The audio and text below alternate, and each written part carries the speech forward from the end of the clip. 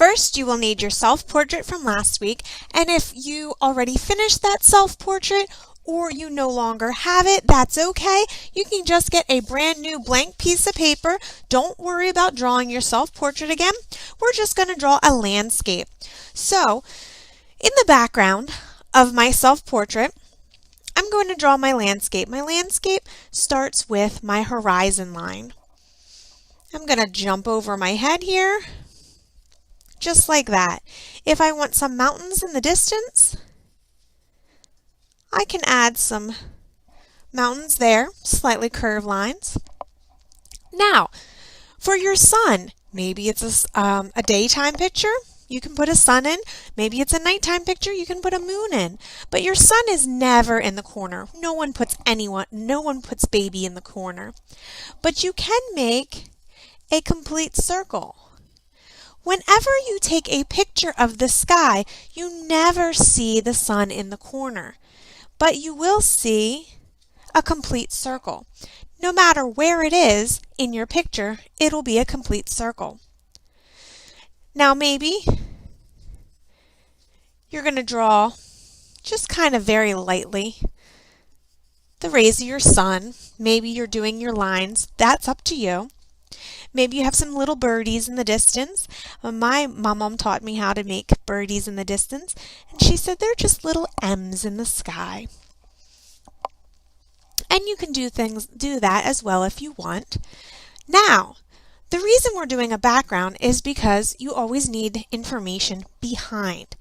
Notice, my person is in the foreground, the front. Again, if you have a blank piece of paper and starting new, you don't need to draw your person. If you'd like, you can draw an animal, just like Frida had animals in the background. She loved having animals. So, if I want to draw an animal, maybe my animal's in here, in the middle ground. That's between the foreground and the background. So, maybe she had a fawn. A fawn is a baby deer. So maybe I'm going to draw a baby deer here. And always remember, animals and people are made of shapes. So, if you need to draw, this here looks like an oval, this looks like an oval, this here looks like a rectangle, another rectangle. We have a teardrop shape here. I'm going to put the tail up. That's usually what deer do when they're warning of danger.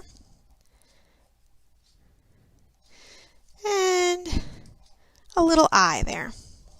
Okay, so that's my fawn. We're going to put some little dots on it so that you can tell that it's a fawn. You could do other animals or any other information, but again, a background, you're doing a landscape. This here is your landscape. Now I'm holding my paper portrait style, but you can do a landscape style or portrait style. Either way, it is a view of the land, and in this case, it's a view of the land in the background behind my person, my self-portrait.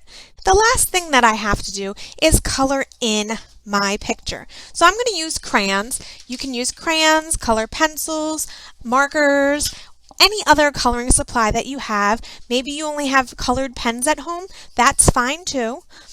If you only have a pencil, use that. And just do different darks and lights. Those are called values.